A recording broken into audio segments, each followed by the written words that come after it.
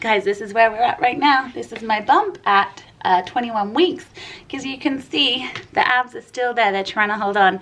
They have this little bump that's going on here.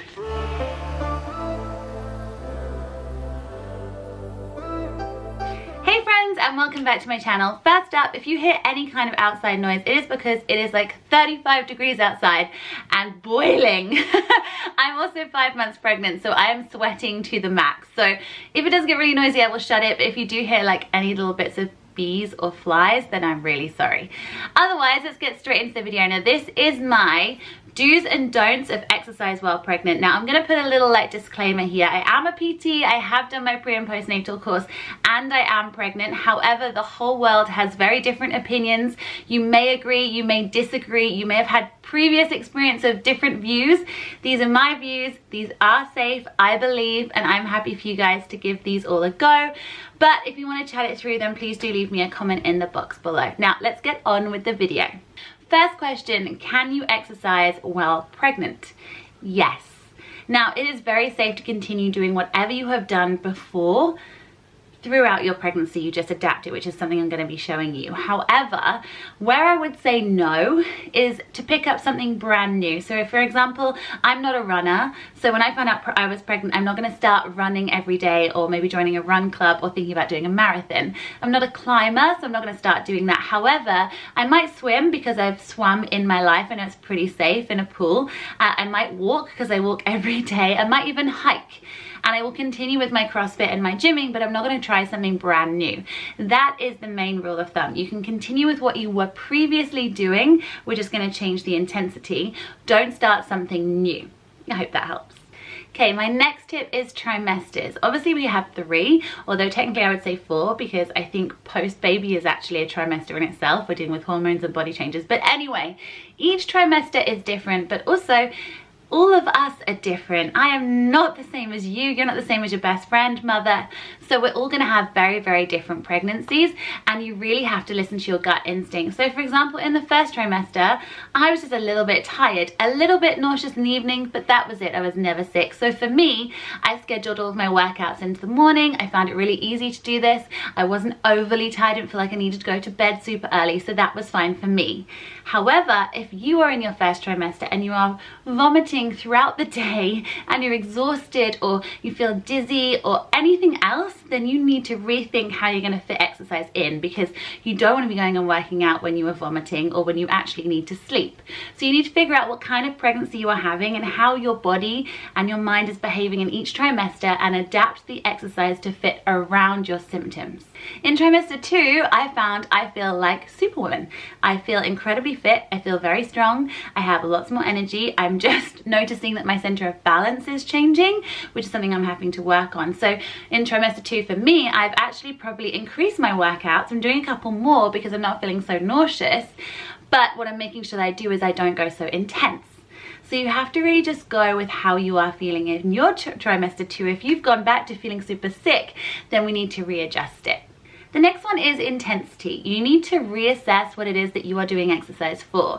Now, if you've previously only ever exercised because you want to lose weight, you want to burn calories, you now need to reassess that, because that is not what we're doing during this pregnancy. Your main goal of exercise should not be because you want to burn calories and lose weight. We're growing a baby, our bodies are going to change, you have to accept that. So the intensity needs to change. So for example, right now, throughout my pregnancy, I am aiming to maintain strength. So I want to keep my strength and stay strong so that post-pregnancy I still have that. I want to maintain mobility, so I want to be stretching. I want to have good function of movement. And I also want to take care of my lungs, my joints, my muscles, my heart, and of course my baby. It is not that I want to look really good in a swimsuit. That is not what I'm focusing on anymore. So when you are training, you now need to change what you're going for. If you just ran on the treadmill for an hour, probably want to change that and think of some movements you can do that are going to build up your strength and take care of your muscles, some compound movements. So for me now, when I'm going and doing my exercises, I'm bringing it down to about 75% depending on how I'm feeling. So 75, hot, 75% of my maximum. So when I'm doing a CrossFit workout, obviously they're generally wanting you to have about 100%. I'm bringing it down. So I'm increasing my rest time to between like 60 seconds and a minute and a half. I'm doing fewer reps, or I'm bringing down the weight. It's whatever you can do to still maintain the exercises, but reduce the intensity so that you can still breathe, you're not dizzy, you're making sure that your baby's getting oxygen, and that you're not going to injure yourself. Next, let's move on to the big question, abs. I had abs prior to being pregnant, and if I'm honest, they're still there a little bit, but they're not going to be there for very long, and this is really vital that you get your head around this. We are no longer training for abs. We are training for a strong pelvic floor. We're training to make sure that our ab muscles do not split if possible. We're trying to keep everything strong so that we can take care of our child. So with that in mind, what you need to be focusing on is things such as breathing, making sure that you are breathing from the stomach, making sure that you're helping your body during the exercises. So now when you do a squat, I want you to make sure that you breathe in as you go down, and as you do the hard part, I want you to breathe out. This will help your muscles to contract, stay together, work as they previously would with a little bit less pressure. Also, with your pelvic floor, this all works together. The stronger your pelvic floor, the easier it is for the bottom, we're talking kind of bottom part, to hold everything, and will make it a lot easier later on with your childbirth. So with that, there's a really good app that I will pop below, and it has levels from 1 to 20, and I've been doing it every day. It's about 2 minutes, and it's made such a ginormous difference. You are actually squeezing from the butt all the way to the front through all 3 places. So if you've only been doing it in one, you need to reassess. This will make a really big difference. Now, when it comes to ab movements, during your first trimester, for most part, you can kind of continue with a lot of the ab exercises that you were doing before. However, if you notice any coning or any splitting, which I've shown in a lot of my videos, don't do it. Also, how do you really need to do it is the other question I'd ask. I would start to move to more lateral movements, such as a side plank, making sure that you're breathing in, pulling, keeping it nice and tight. No more planks, trying to suck in that core, because one, we're going to be holding our breath to some idea, and that's not something we need to be doing. And 2, it's just not a great position to be in. So when it comes to more ab movements, I'm going to show you some in the next 2 videos that are going to be coming up, and also in my morning kind of wake up stretch routine. But I would much more focus on side planks and actually just holding your core and breathing when you're doing compound movements.